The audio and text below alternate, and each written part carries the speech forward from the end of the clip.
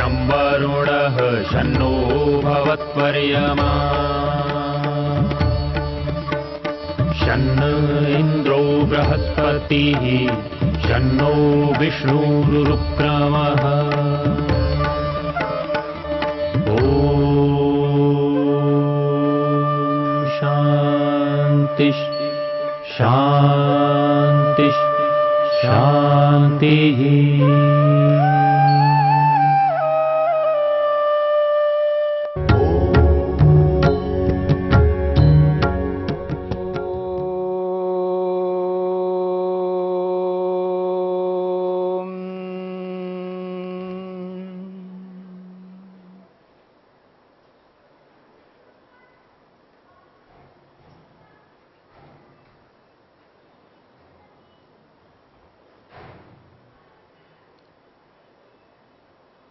मन की 5 वृत्तियों के अंतर्गत पहली वृत्ति प्रमाण वृत्ति की चर्चा हो रही है।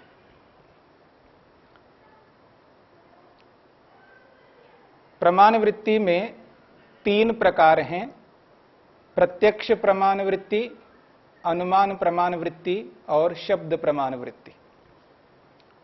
तीनों प्रमाणों में शब्द प्रमाण की चर्चा चल रही है। शब्द प्रमाण क्या होता है? कल आपके समक्ष ये रखा गया था, आप्तेन दृष्टः अनुमितो वा अर्थः।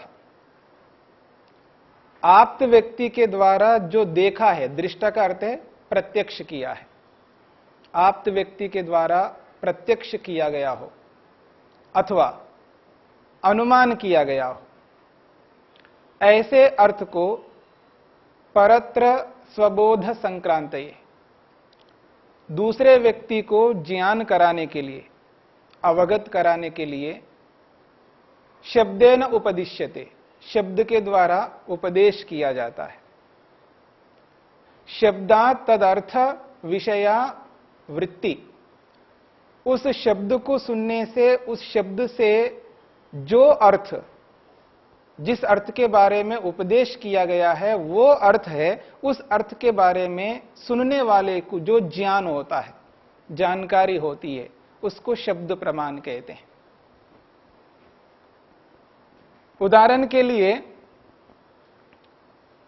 आप्त व्यक्ति ने कहा स्वर्ग कामो यजेत, यदि आपको स्वर्ग की इच्छा है, सुख की इच्छा है, सुख प्राप्त करना चाहते हो तो आप यज्ञ करो, हवन करो, अग्निहोत्र करो।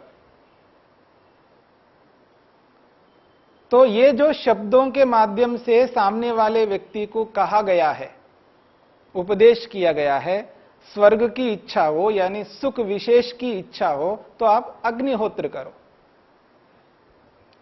और उन शब्दों को सुनने वाला, शब्दों को सुनकर के उस स्वर्ग के बारे में, उस सुख विशेष के बारे में जानता है। और स्वर्ग के बारे में जो जानकारी हो रही है सुनने वाले व्यक्ति को, शब्दों के द्वारा जिस अर्थ को कहा गया है उस अर्थ के विषय में जो ज्ञान हो रहा है, वो ज्ञान सुनने वाले के लिए शब्द प्रमाण कहा जाएगा।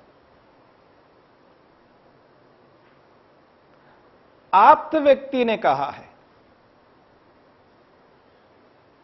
हर कोई व्यक्ति कहता हो उसकी बात को नहीं कहा जा रहा है। यहां पर आप्तेन दृष्टः, आप्त व्यक्ति ने कहा। और आप्त व्यक्ति किसको कहते हैं? जिसने प्राप्त किया है, जिसने जाना है, उसको आप्त कहते हैं। महर्षि वात्स्यायन ने आप्त की परिभाषा की है, आप्त का लक्षण किया है। साक्षात्कृत धर्मा, आपता खलु साक्षात्कृत धर्मा। आप तो उसको कहते हैं जो साक्षात किया है, जिसने दर्शन किया है, जिसने जाना है, उसको आप्त कहते हैं।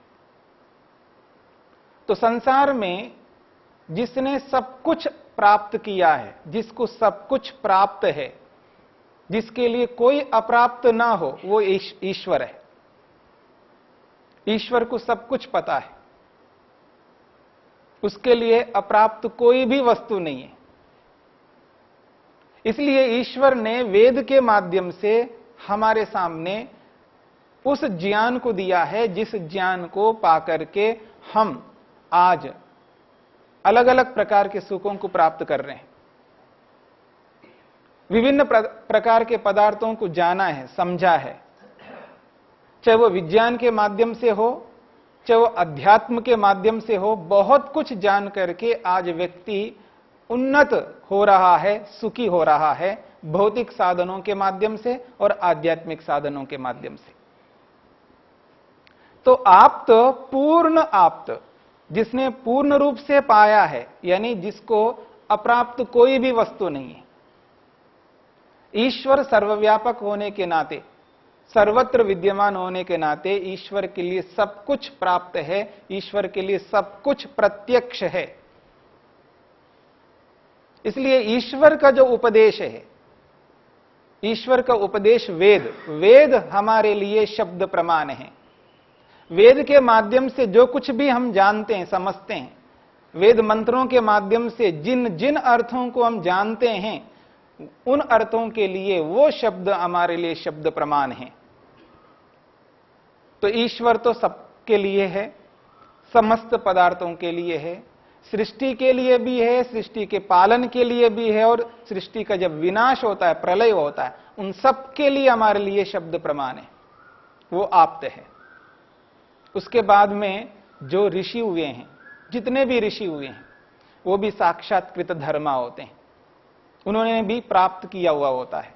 उनका भी जो उपदेश है वो हमारे लिए शब्द प्रमाण है, चाहे वो ब्राह्मण ग्रंथों के रूप में है, चाहे वो आरण्यक रूप में है, चाहे वो उपनिषदों के रूप में है, चाहे वो दर्शनों के रूप में है, वेदांगों के रूप में है, किसी के भी रूप में ऋषि ने यदि हमारे सामने कुछ कहा है, क्योंकि वो ऋषि है, ऋषि साक्षात्कृत धर्म होता है। इसलिए ऋषियों का कहा हुआ भी आप्त प्रमाण माना जाएगा, वो भी शब्द प्रमाण है हमारे लिए। इसके अतिरिक्त आप्त और भी होते हैं। ऋषि लोग तो जो कुछ भी कहते हैं सब कुछ हमारे लिए आप्त होगा, सब कुछ हमारे लिए प्रमाण होगा। ऋषियों ने जो भी कहा है वो प्रामाणिक होगा, क्योंकि वो साक्षात्कृत धर्मा होते हैं। परंतु जो ऋषि नहीं है, जो ऋषि नहीं है, उनमें बाकी सभी लोग आते हैं, चाहे वो विद्वान हो, चाहे वो साधारण व्यक्ति हो, और वो निम्न से निम्न व्यक्ति हो, अनपढ़ व्यक्ति क्यों ना हो, जिसने पढ़ा लिखा कुछ नहीं है, शास्त्रों को जाना नहीं है, स्कूल में नहीं गया, कुछ भी उसको आता नहीं है, उस व्यक्ति तक सभी लोग आप्त हो सकते हैं। सभी लोगों का उपदेश हमारे लिए शब्द प्रमाण हो सकता है, सभी लोग आप्त हो सकते हैं, पर सभी लोग सभी विषयों में आप्त नहीं हो सकते। इसलिए महर्षि वात्स्यायन ने बहुत अच्छी बात कही है। उन्होंने कहा आप्त कौन हो सकता है? ऋषि आर्य म्लेच्छानम समान लक्षणम। चाहे वो ऋषि हो जिसने प्राप्त किया है, जाना है, साक्षात्कृत धर्म होता है।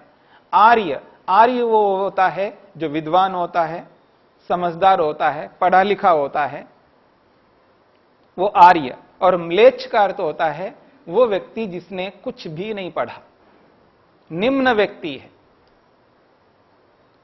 चाहे वो निम्न व्यक्ति हो, चाहे वो ऋषि व्यक्ति हो, सभी प्रमाण हो सकते हैं। या मैं ये कहूं आपके सामने, दुनिया में कोई ऐसा व्यक्ति नहीं है जो आप्त नहीं बन सकता हो। चाहे वो चोर हो, चाहे डाकू हो, चाहे वो कैसा भी व्यक्ति हो, दुष्ट व्यक्ति हो, सज्जन व्यक्ति हो, कैसा भी व्यक्ति हो, सभी आप्त होंगे और सबका शब्द हमारे लिए शब्द प्रमाण होगा। पर यहां पर यह ध्यान रखना है, सभी आप्त होते हुए सभी विषयों में आप्त नहीं होंगे। किसी एक विषय में वो आप्त हो सकता है। उदाहरण के लिए मैं आपके सामने एक बात कहूं, हमें पता है हमारी गली में या मोहल्ले में एक व्यक्ति है, बहुत गलत व्यक्ति है, चोर व्यक्ति है, बहुत चोरियां करता है, अनेक बार जेल में जा चुका है, फिर छूट करके आता है, फिर ऐसी चोरियां करता रहता है। विश्वास कर नहीं सकते उस व्यक्ति के लिए, उस व्यक्ति के प्रति कोई विश्वास हम नहीं कर सकते, लेकिन वो भी व्यक्ति किसी न किसी विषय में हमारे लिए आप्त होगा। सभी विषयों में नहीं हो सकता।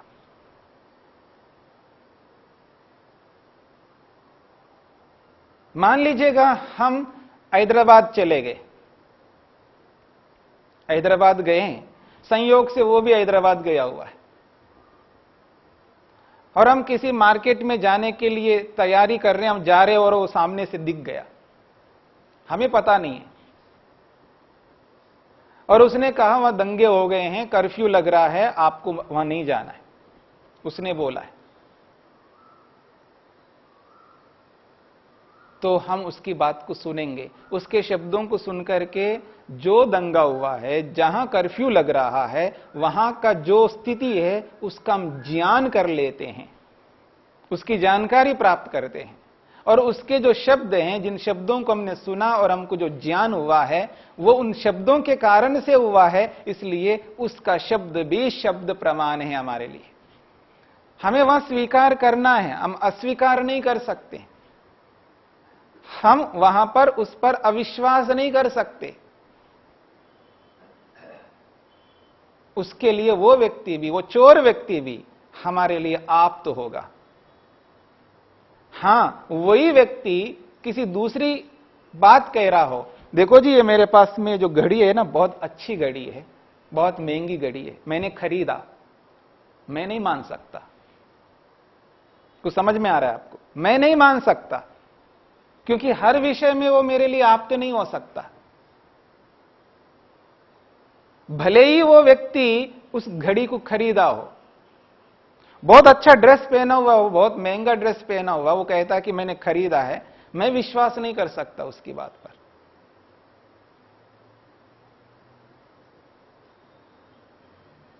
इसके पीछे कारण क्या है? इसके पीछे कारण यह है कि वो व्यक्ति निम्न व्यक्ति है, चोर है, उसकी हर बात को मैं स्वीकार नहीं करता। इसका यह भी अर्थ नहीं है उसकी हर बात को ना भी स्वीकार करूं, ऐसा भी नहीं है। तो किसी किसी भी विषय में वो चोर व्यक्ति हो, डाकू व्यक्ति हो, असत्यवादी हो, वो व्यभिचारी हो, वो परिग्रही हो, वो हिंसक हो, चाहे कोई भी व्यक्ति हो, पर किसी न किसी विषय में वो हमारे लिए आप्त हो सकता है। इसलिए महर्षि कहते हैं इन सब से, चाहे वो ऋषि हो, आर्य व्यक्ति हो, म्लेच्छ निम्न व्यक्ति हो, इन सबके कारण से हमारा व्यवहार संसार में समुचित रूप से हो सकता है, अच्छे ढंग से हो सकता है। यदि हम ऐसा नहीं करते हैं तो हम व्यवहार नहीं कर पाएंगे। इसलिए आप्त व्यक्ति सभी बन सकते हैं, लेकिन सभी व्यक्ति सभी विषयों में नहीं बन सकते हैं। यदि सभी विषयों में कोई आप्त बनता है तो या तो ईश्वर बनता है या ऋषि बनता है, जिसने ऋषित्व को प्राप्त किया है। अथवा बहुत सारे विषयों में कुछ ऐसे भी व्यक्ति होते हैं, वो विद्वान होते हैं और धर्मात्मा भी होते हैं, असत्यवादी नहीं होते हैं, सत्यवादी होते हैं। धर्मात्मा है, सत्यवादी है, न्यायकारी हैं और हमारा कल्याण करना चाहते हैं, हमारा उपकार करना चाहते हैं, संयमी हैं, जितेंद्री हैं। ऐसे संसार में बहुत सारे लोग होते हैं। संख्या की दृष्टि से कम हो सकता है, लेकिन अच्छाई की दृष्टि से आज भी बहुत सारे ऐसे लोग हैं जिनके कारण से संसार निरंतर समुचित रूप से चल पा रहा है, क्योंकि संसार चलता है सत्य के अनुसार। सत्य न उत्थिता भूमि, हमारी जो भूमि है, धरती है, जिस धरती पर हम रह रहे हैं, सत्य ने धारण किया हुआ है, सत्य के कारण से संसार चल रहा है। तो वो लोग जब कुछ बात हमारे लिए कहते हैं, उनको हम स्वीकार करते हैं, क्योंकि वो सत्यवादी है, सत्यमानी है, जितेंद्रिय है, संयमी है, विद्वान है, भले ही वो ऋषि ना हो, भले ही वो ऋषि ना हो, ऋषित्व को उन्होंने प्राप्त नहीं किया हो, पर बहुत अधिक विद्वान हैं, बहुत अच्छे लोग हैं, उनकी बातों को भी हम जब स्वीकार करते हैं तो उससे भी हमारा कल्याण होता है। तो शब्द प्रमाण में हम प्रत्येक व्यक्ति को आप्त मानता हुआ उस विषय से संबंधित ही हम आप्त मानेंगे। जिस विषय को वो प्रस्तुत कर रहा है उस विषय से संबंधित अगर उसको हम आप्त मानेंगे तो हमारा कल्याण हो सकता है। अनेक बार ये होता है कि सामने वाला व्यक्ति गलत है तो हमारी जो दृष्टि होती है, यानी हमारा जो सोच होता है, हमारे मन के अंदर जो वृत्ति बनती है उसके प्रति सर्वथा गलत वृत्ति बनती है। यानी 100% उस व्यक्ति को हम गलत मान बैठते हैं, 100% गलत मान बैठते हैं, तो कभी उसकी अच्छी बात को भी हम स्वीकार नहीं कर पाते हैं, जिसके कारण से हमारा व्यवहार समुचित रूप से नहीं हो सकता। और जब व्यवहार समुचित रूप से नहीं हो पाता है उसका परिणाम यह निकलता है हम व्यवहार में असफल हो जाते हैं।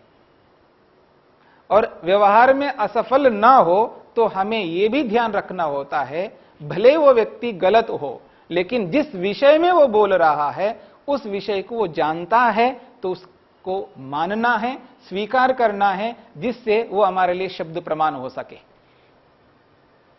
तो शब्द प्रमाण के लिए हमें बहुत कुछ समझना होगा और शब्द प्रमाण बहुत व्यापक भी है, सबसे ज्यादा व्यापक है। उसकी चर्चा मैं आपके सामने रखूंगा। ये जो शब्द प्रमाण है जो आप्त के द्वारा बताया गया है और वो आप्त साक्षात्कृत धर्म कहा है। अब ये जो साक्षात्कृत धर्म है इस बात को हमें समझना है। साक्षात्कृत धर्म का अर्थ है जिसने वो जो जाना है वो सारा का सारा प्रत्यक्ष से जाना हो, ऐसा नहीं है। जो आप्त होता है वो आप्त व्यक्ति जिस वस्तु को जानकर के हमें बता रहा है उस व्यक्ति के लिए वो ज्ञान साक्षात का मतलब सर्वथा प्रत्यक्ष नहीं होता, प्रत्यक्ष भी होता है और अनुमानित भी होता है। इसलिए शब्द प्रमाण की परिभाषा में महर्षि वेदव्यास ने आप्तेन दृष्टा, आपने देखा, प्रत्यक्ष किया, एक बात कही है। फिर उसने कहा है आप्तेन अनुमिता, आप्त व्यक्ति के द्वारा अनुमान किया है। जो आप्त व्यक्ति होता है वो प्रत्यक्ष करके भी बताता है और जो आप्त होता है वो अनुमान करके भी बताता है, फिर भी वो साक्षात्कृत धर्म है। जितने भी ऋषि हुए हैं उन ऋषियों ने जो कुछ भी हमारे सामने रखा है वो सारा का सारा उनका प्रत्यक्ष नहीं होता है। जितना वो प्रत्यक्ष कर सकते उन्होंने प्रत्यक्ष किया है, जिसको वो प्रत्यक्ष कर ही नहीं सकते उसको उन्होंने अनुमान से जाना है। इसका हमें बोध होना है, ऐसा समझना चाहिए। इसकी और चर्चा हम करेंगे प्रत्यक्ष को लेकर के, अनुमान को लेकर के और शब्द को लेकर के।